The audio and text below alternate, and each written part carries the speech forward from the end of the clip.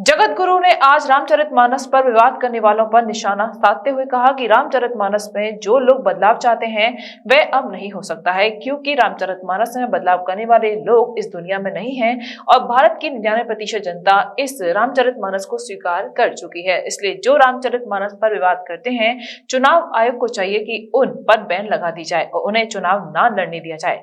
क्यों कोई भी धर्म को राजनीति में कैसे लाया जा सकता है? राजनीतिक पार्टियां हिंदुओं को आपस में स्वर्ण और असमानता कर लड़ाने में अपना फायदा समझ रही हैं। भारत देश का हिंदू अब जाग चुका है, तो अब राजनीतिक पार्टियां हिंदुओं के बीच लड़ाई कराकर एक धड़े को अपनी ओर करना चाहती हैं। वहीं भारत को हिंदू राष्ट्र घोषित करने पर उन्होंने कहा कि केवल घोषणा से क्या हो जाएगा?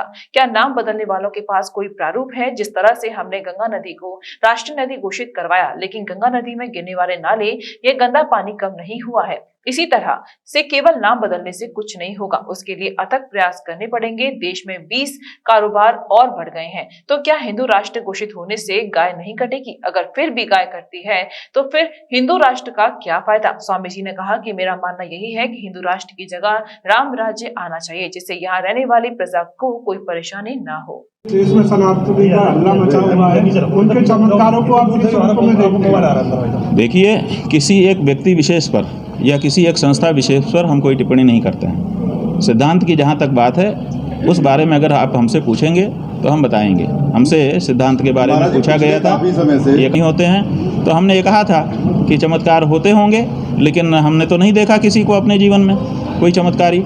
अगर कोई चमत्कारी है तो आए जोशीमठ। उस समय जोशीमठ का प्रसंग था, आप लोगों ने सुना होगा। तो हमने तो आमंत्रित किया, कौन आया?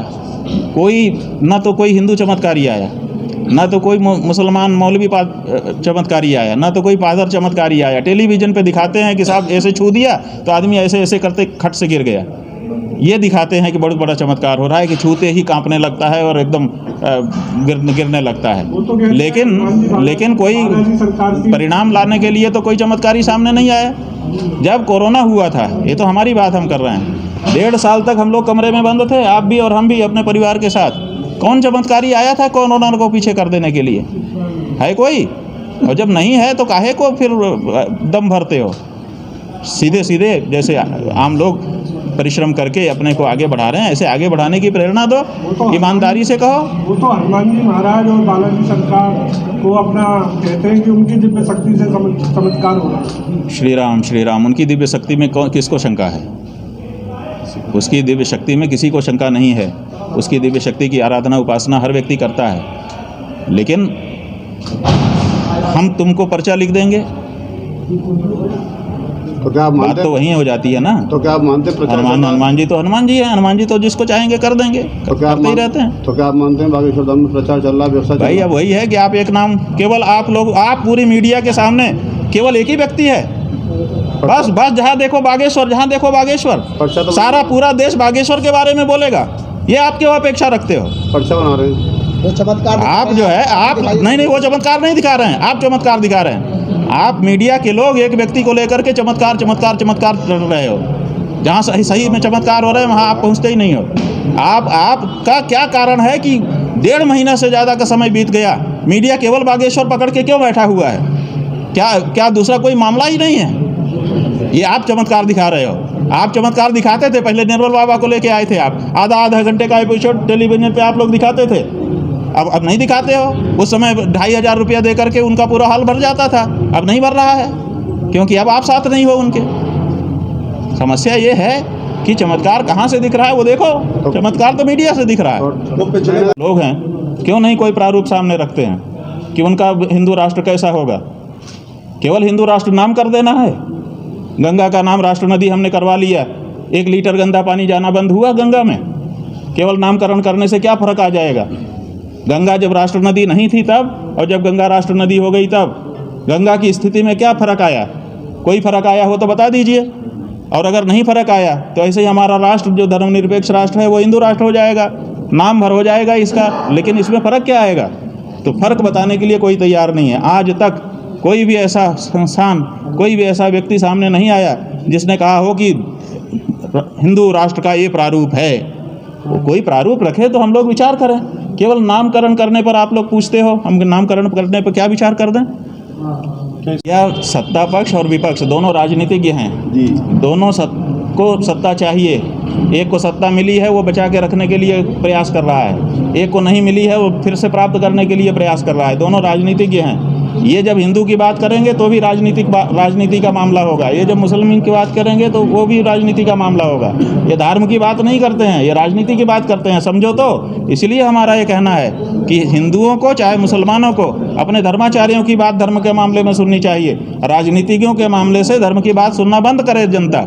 राजनीति की बात सुने उनसे क्यों धर्म की बात सुनते हो आप? जब आप स्वयं राजनीतिज्ञ से धर्म की बात सुनते हो, डॉक्टर से वकालत की बात सुनोगे, वकील से डॉक्टर की बात सुनोगे तो क्या होगा? आपका बर्बाद हो जाओगे। वही हालत हो रही है।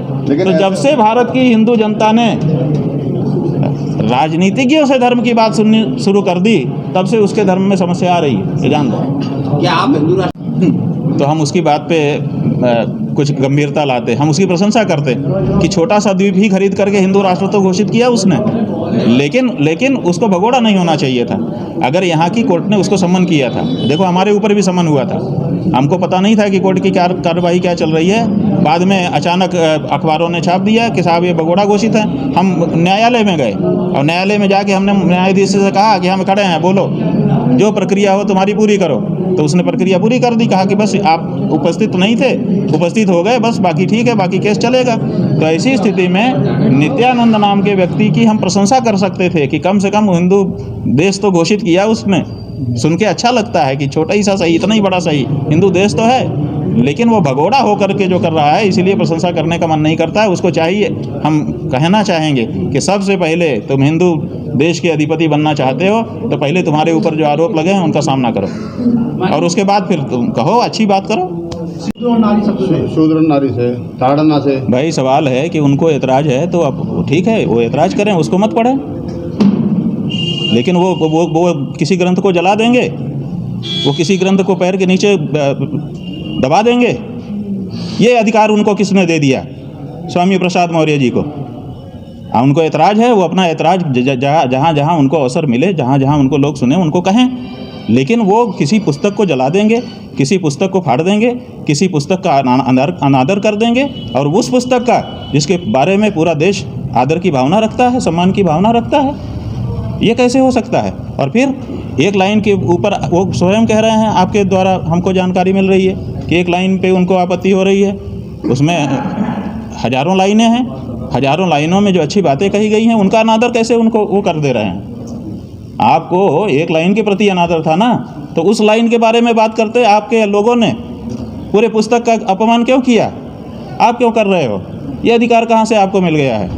City super speciality hospital, Govardhan चौराहा और city care hospital, township, Mathura.